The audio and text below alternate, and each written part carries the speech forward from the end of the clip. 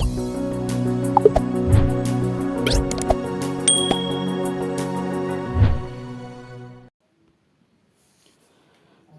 दोस्तों, स्वागत है आपका हमारी यूट्यूब चैनल नर्सिंग हट में। और आज हम CHO स्पेशल क्लास में लेकर आए हैं कुछ चाइल्ड हेल्थ नर्सिंग यानी पीडिया के, और कुछ जो क्वेश्चंस है मैटरनिटी हेल्थ नर्सिंग के इंक्लूड किए गए हैं।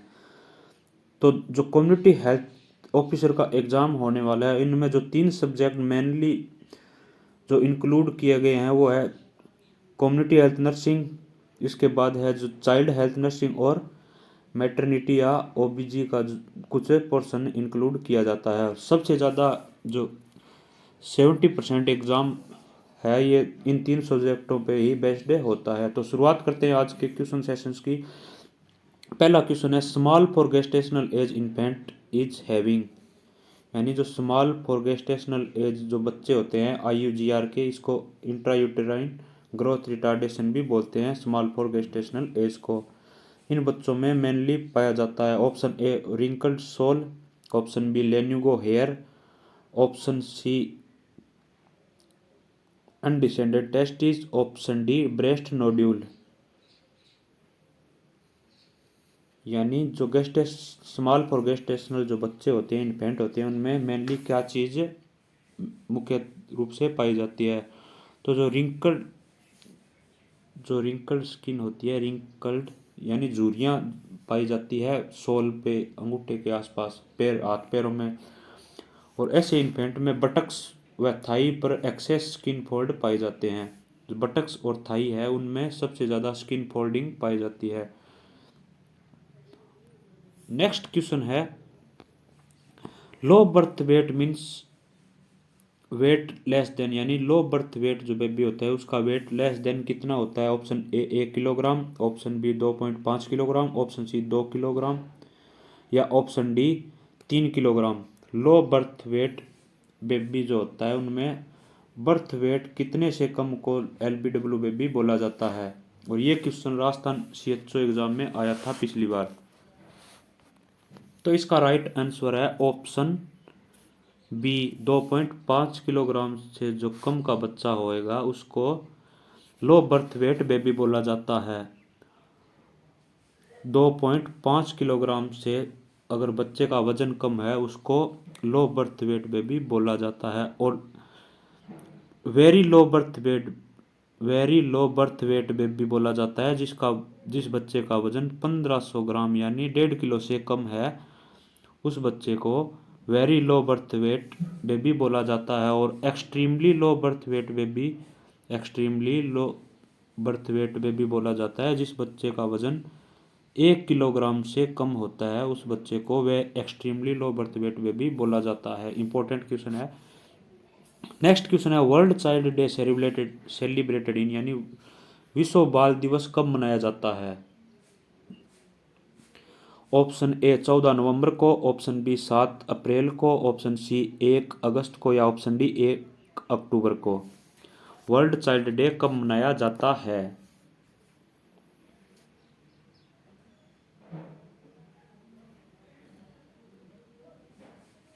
वर्ल्ड चाइल्ड डे मनाया जाता है 14 नवंबर को। वर्ल्ड चाइल्ड डे होता है वह मनाया जाता है 14 नवंबर को। 14 नवंबर को वर्ल्ड चाइल्ड डे मनाया जाता है। और इसमें जो 14 फरवरी होती है, 14 फरवरी को वैलेंटाइन डे होता है। इसके ठीक ठीक 9 महीने बाद, 9 मंथ बाद, यानी 14 फरवरी के ठीक 9 मंथ बाद 14 नवंबर आता है। और 14 नवंबर को ही वर्ल्ड चाइल्ड डे मनाया जाता है। और 7 अप्रैल को वर्ल्ड हेल्थ डे मनाया जाता है। 7 अप्रैल को वर्ल्ड हेल्थ डे मनाया जाता है। और 1 अगस्त को ब्रेस्ट फीडिंग डे मनाया जाता है। ब्रेस्ट फीडिंग डे 1 अगस्त को मनाया जाता है। ब्रेस्ट फीडिंग डे 1 अगस्त को मनाया जाता है।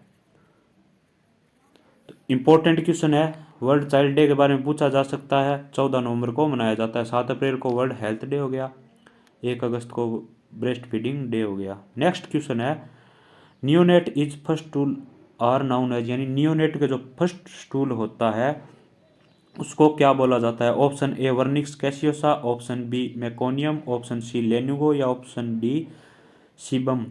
न्यूनेट के फर्स्ट स्टूल को क्या बोला जाता है? इसका राइट आंसर है ऑप्शन बी मेकोनियम। बच्चे के फर्स्ट स्टूल ऑफ बेबी को मेकोनियम बोला जाता है, मेकोनियम। ये भी बहुत इंपॉर्टेंट क्वेश्चन है चाइल्ड हेल्थ नर्सिंग का। नेक्स्ट क्वेश्चन है, निम्न में से इन्फेंट के द्वारा ब्रेस्ट से दूध चूसना क्या कहलाता है? Option A sucking, option B weaning, option C suckling या ऑप्शन डी ब्रेस्ट फीडिंग। ये भी बहुत इंपॉर्टेंट क्वेश्चन है।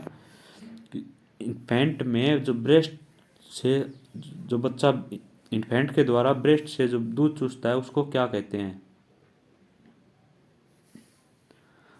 इसका राइट आंसर है ऑप्शन सी सक्लिंग। स्क्लिंग बोला जाता है ब्रेस्ट से मिल्क को चूसना, स्क्लिंग बोला जाता है। और शक्किंग होता है जो बच्चा थम सक करता है, थम को चूसता है, उसको सकिंग बोलते हैं, थम सकिंग बोलते हैं। सकिंग जो होता है वह तो बोलते हैं, जो थंब को चूसता है उसको सकिंग बोलते हैं, और जो मिल्क को ब्रेस्ट के द्वारा चूसना बच्चे का उसके बोलते हैं स्क्लिंग। और विनिंग होता है जो कि कॉम्प्लीमेंट्री फीडिंग स्टार्ट करवाई जाती है बच्चे की 4 से 6 महीने में। मदर मिल्क के अलावा बच्चे को ग्रेजुअली अदर जो सब्सटेंस होते हैं जैसे दलिया हो गया, मिल्क के अलावा जो भी बच्चे को सब्सटेंस खिलाया जाता है उसको वीनिंग बोलते हैं। नेक्स्ट क्वेश्चन है, फर्स्ट इम्यूनाइजेशन ऑफ न्यूबॉर्न, यानी न्यूबॉर्न के फर्स्ट इम्यूनाइजेशन किसको बोला जाता है? Option A colostrum, option B meconium, option C oxytocin या option D dexamethasone. First immunisation बच्चे को बोला जाता है, फर्स्ट इम्यूनाइजेशन बच्चे का फर्स्ट इम्यूनाइजेशन किसको बोला जाता है?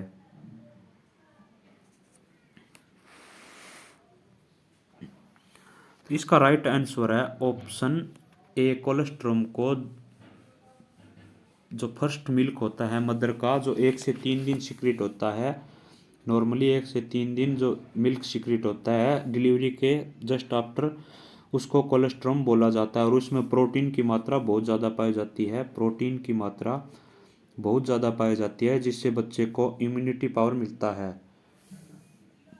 नेक्स्ट क्वेश्चन है, birth to 28 day baby called, यानी जन्म से लेकर 28 दिन तक के बच्चे को क्या बोला जाता है? Option A infant, option B foetus, option B neonate, option C foetus या ऑप्शन डी बेबी।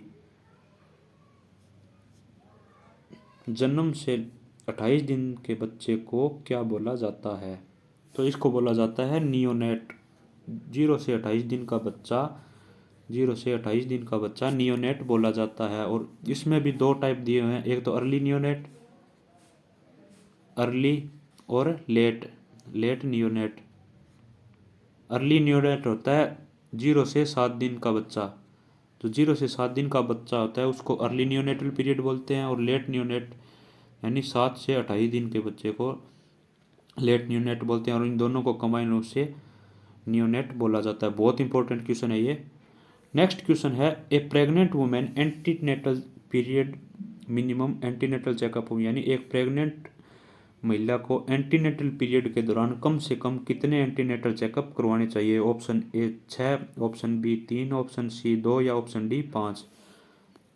यानी एक प्रेग्नेंट जो महिला होती है उसको कम से कम एंटीनेटल चेकअप के दौरान कितने विजिट करने चाहिए या एंटीनेटल चेकअप करवाने चाहिए? तो इसका राइट आंसर है ऑप्शन बी 3। कम से कम 3 तो होने ही चाहिए, और WHO के अकॉर्डिंग 4 होने चाहिए। WHO के अकॉर्डिंग 4 विजिट आइडियल माने जाते हैं। नेक्स्ट क्वेश्चन है, period birth of baby to 7 days called has, यानी जन्म से लेकर 7 दिन तक का बच्चा उसको क्या बोला जाता है? ऑप्शन ए जो पीरियड होता है बर्थ से लेकर बेबी का 7 डेज, उसको कौन सा पीरियड बोला जाता है? Option A intranatal period, option B postnatal period, option C antenatal period, option D perinatal period. ये भी बहुत इंपॉर्टेंट क्वेश्चन है।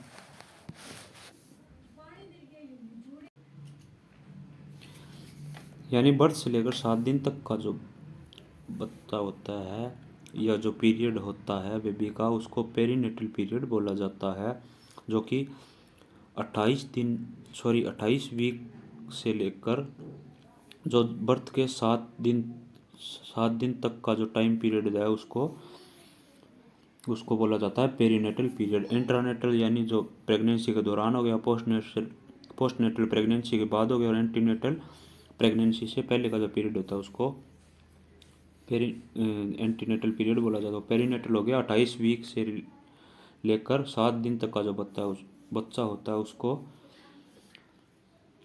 7 दिन का जो बच्चा होता है उसको पेरीनेटल पीरियड बोला जाता है। नेक्स्ट क्वेश्चन है, at 24 week fundus level are, यानी 24 वीक में जो फंडस का लेवल होता है वह कहाँ पर होता है? Option A below umbilicus, option B at umbilicus, option C above umbilicus, या option D just above pubis.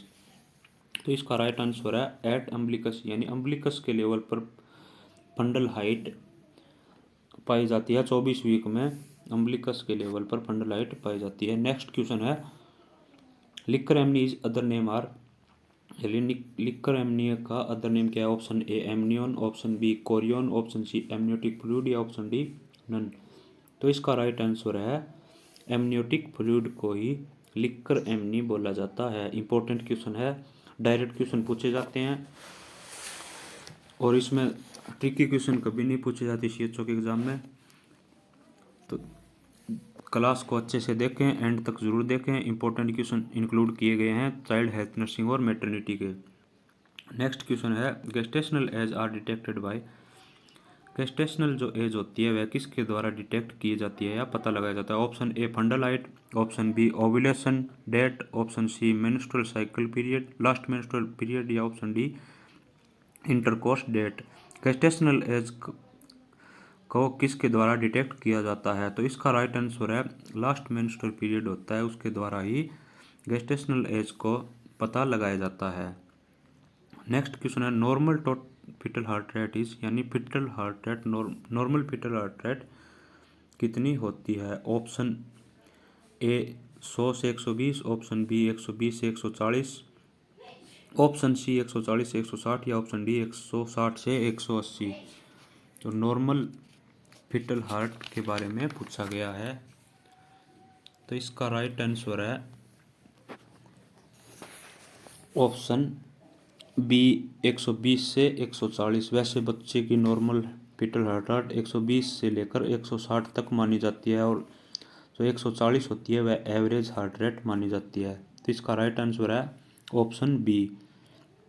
Next question है, normal delivery during blood loss of, यानी नॉर्मल डिलीवरी के दौरान ब्लड लॉस कितना होता है? Option A 200 ml, option B 500 ml, option C 800 ml, या option D 1000 ml। Normal delivery के दौरान जो ब्लड लॉस होता है वह कितना होता है? तो इसका राइट आंसर है 500 ml। 500 ml ब्लड लॉस होता है नॉर्मल डिलीवरी के दौरान। नेक्स्ट क्वेश्चन है, following type episiotomy maximum use, यानी कौन से टाइप की जो एपिजियोटोमी होती है वह सबसे ज़्यादा यूज की जाती है? Option A median, option B mediolateral, option C lateral, या ऑप्शन डी जे शेप। सबसे ज़्यादा यूज होने वाली एपिजियोटोमी कौन सी है? सबसे ज़्यादा जो यूज की जाती है, तो इसका राइट आंसर है मीडियो लेटरल। जो मीडियो लेटरल एपिजियोटोमी होती है वह मैक्सिमम यूज की जाती है। और अगर मिनिमम के बारे में पूछे तो जे शेप मिनिमम होती है, जो एपिजियोटोमी की जाती है मिनिमम होती है जे शेप, और जो मैक्सिमम यूज की जाती है वह होती है मीडियो लेटरल। इंपॉर्टेंट क्वेश्चन है। नेक्स्ट क्वेश्चन है, एलएमपी के बारे में पूछा गया। एलएमपी क्या है? Option A last mother pain, option B last menstrual period, option C last maternal pyrexia, option D latest mother pain. LMP क्या होती है? एलएमपी की फुल फॉर्म पूछी गई है। तो इसका राइट आंसर है लास्ट मेंस्ट्रुअल पीरियड को ही एलएमपी बोला जाता है। लास्ट मेंस्ट्रुअल पीरियड को ही एलएमपी बोला जाता है। नेक्स्ट क्वेश्चन है, abnormal labour is called as, abnormal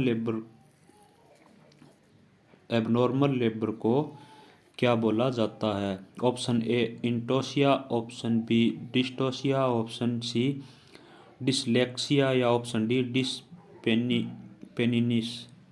abnormal labour क्या कहलाता है? ये क्वेश्चन बहुत इंपॉर्टेंट है। एबनॉर्मल लेबर को डिस्टोशिया बोला जाता है और नॉर्मल लेबर होता है उसको यूटोशिया भी बोला जाता है। यूटोशिया बोला जाता है नॉर्मल लेबर को, और डिस्टोशिया बोला जाता है जो डिफिकल्ट लेबर होता है उसको। एबनॉर्मल लेबर को ही डिस्टोशिया बोला जाता है। नेक्स्ट क्वेश्चन है, pre eclampsia and eclampsia normally founded in, यानी प्री एक्लेम्पसिया और एक्लेम्पसिया नॉर्मली कब पाए जाते हैं, किस दौरान पाए जाते हैं? ऑप्शन ए पोस्टपार्टम पीरियड के दौरान, ऑप्शन बी इंट्रापार्टम पीरियड के दौरान, ऑप्शन सी एंटीपार्टम पीरियड के दौरान, या ऑप्शन डी एनी टाइम। यानी प्री एक्लेम्पसिया और एक्लेम्पसिया नॉर्मली कब पाए जाते हैं? तो प्री एक्लेम्पसिया और एक्लेम्पसिया नॉर्मली जो डिलीवरी का जो पीरियड होता है उससे पहले ही पाए जाते हैं, एंटीपार्टम टाइम में। एंटीपार्टम यानी डिलीवरी से पहले ही एक्लेम्पसिया और प्री एक्लेम्पसिया देखने को मिलता है।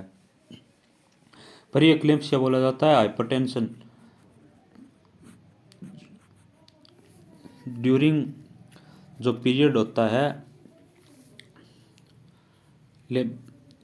लेबर से जो पहले का पीरियड होता है उसके दौरान हाइपरटेंशन होना, इसके साथ प्रोटीन यूरिया आना, यह तो बोला जाता है प्री एक्लेम्पसिया को। और एक्लेम्पसिया बोला जाता है प्री एक्लेम्पसिया प्लस में इसके साथ ही सीजर आना, सीजर भी एक्लेम्पसिया में सीजर भी देखने को मिलते हैं। और प्री एक्लेम्पसिया में हाइपरटेंशन होती है प्रेगनेंसी के दौरान, और इसमें साथ में प्रोटीन यूरिया भी देखने को मिलता है। नेक्स्ट क्वेश्चन है, normally in neonate provide medicine which route are best, यानी इनमें से कौन सा रूट बेस्ट है जो कि न्यूनेट को मेडिसिन प्रोवाइड करने के लिए बेस्ट माना जाता है? Option A vein of scalp, option B intracardiac injection, option C vein of extremities, या ऑप्शन डी अम्बिलिकल वैन। तो जो न्यूनेट का जो पीरियड होता है बच्चे के जन्म के तुरंत बाद जो मेडिसिन देने का जो बेस्ट रूट होता है वह होता है अम्बिलिकल वैन द्वारा। अम्बिलिकल वैन द्वारा जो मेडिसिन्स दी जाती है इसके लिए बेस्ट रूट है मेडिसिन के लिए न्यूनेट में, तो वह है अम्बिलिकल वैन। नेक्स्ट क्वेश्चन है, female reproductive age are normally, यानी इनमें से फीमेल रिप्रोडक्टिव एज कौन सी है? ऑप्शन ए 15 से 45 ईयर, ऑप्शन बी 15 से 30 ईयर, ऑप्शन सी 12 से 20 साल, या ऑप्शन डी 25 से 40। यानी रिप्रोडक्टिव जो पीरियड होता है, यानी जो फीमेल की जो जन्म, यानी फीमेल प्रेग्नेंट हो सकती है, बच्चे को जन्म दे सकती है, रिप्रोडक्टिव एज के बारे में पूछा गया है तो कौन सी होती है? तो 15 से 45 ईयर की जो फीमेल होती है उसको रिप्रोडक्टिव एज माना जाता है। फीमेल की रिप्रोडक्टिव एज 15 से 45 साल। तो दोस्तों आपको यह क्लास कैसी लगी कमेंट करके ज़रूर बताएं। हमारे चैनल पर नए आए हैं तो चैनल को लाइक करें, शेयर करें, सब्सक्राइब करें, क्लास को ज़्यादा से ज़्यादा शेयर करें ताकि CHO एग्ज़ाम देने वाले हर स्टूडेंट को फ़ायदा मिल सके। धन्यवाद दोस्तों।